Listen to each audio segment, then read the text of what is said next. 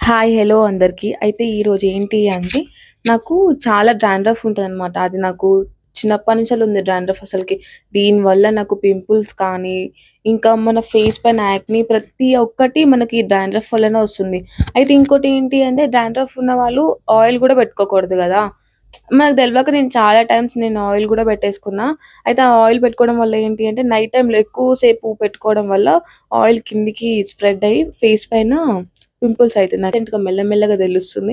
ఇది చేయకూడదు, ఇది చేయొద్దు అనేసి అనమాట. అయితే మనం ఈ డాండ్రఫ్ ఉన్న వాళ్ళు ఏంటి అంటే ఆయిల్ పెట్టుకోవడం వల్ల ఏంటి అంటే దానికి కొంచెం ఫుడ్ పెట్టినట్టే అనమాట.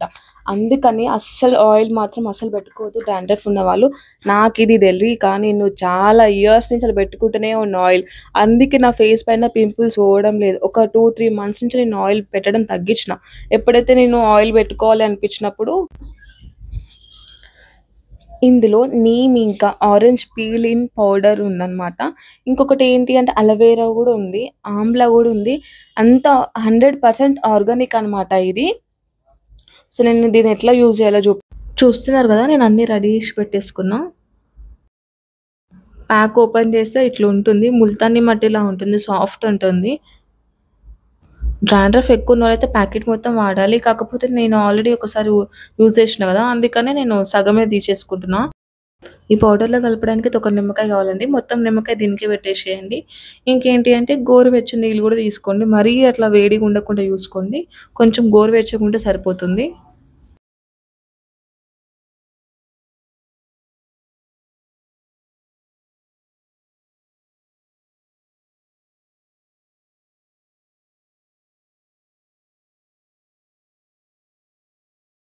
ఇక్కడ నేను నిమ్మకాయ రసం యాడ్ చేస్తున్నా అండి. దీని తర్వాతకి ఏంటంటే వాటర్ కలపండి.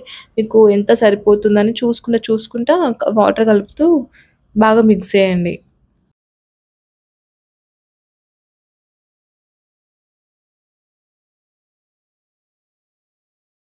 ఇక్కడ వాటర్ సరిపోలే. అందుకే ఇంత ఉండలు ఉంది. మనం చూసుకుంటూ వాటర్ కలపాలండి ఇందులో.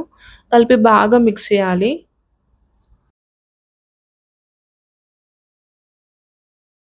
చూస్తున్నారు గదా! ఇట్లా వచ్చేంత వరకు మనం వాటర్ మిక్స్ చేసుకుంటూ కలుపుతూ ఉండాలి. సేమ్ గోరింటాకులానే ఉంది గదా! చూడడానికి. చూడండి ఇక్కడ నాకెంత డాండ్రఫ్ ఉందో. ఇంకా నేను ఇది సెకండ్ టైమ్ గదా! ఫస్ట్ టైమ్ ఇంకా చాలా దారుణంగుండే. ఇప్పటికి కొంచెం బెటర్ అయింది. ఆ తర్వాత మీరు కంఫర్ట్‌గా కూర్చొని నేను చూపిస్తున్నట్టుగా అప్లై చేసేసుకోండి మీ హెడ్‌కి.